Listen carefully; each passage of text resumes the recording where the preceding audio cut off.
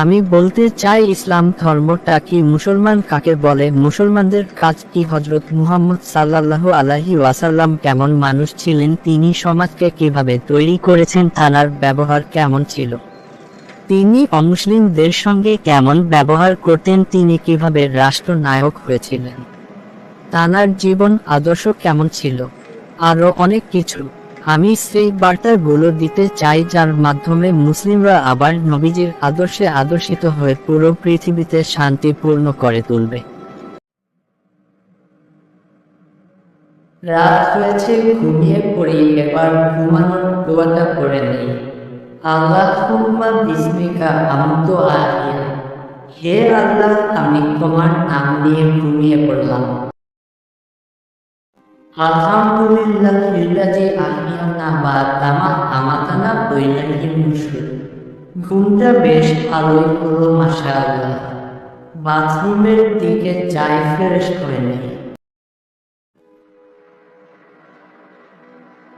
আল্লাহুম্মা ইন্নী আউযু বিকা মিনাল খুবুসি ওয়াল খাবায়েস। এবার ওযু করে নেই।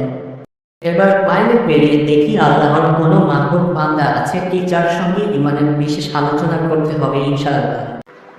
আমি তোমাকে কিছু কথা বলছি, তুমি মন দিয়ে শুনবে ভাই। হ্যাঁ অবশ্যই বলো, আমি শুনবো, কারণ তুমি খুব ভালো। তোমার কথাগুলো খুব সুন্দর, তুমি একজন ঈমানদার ছেলে, তোমার কথার মধ্যে মানুষের কল্যাণ থাকে। তোমার কথার মাধ্যমে হিন্দু এবং মুসলিমদের মাঝে বিভ্রান্তি দূর হয়।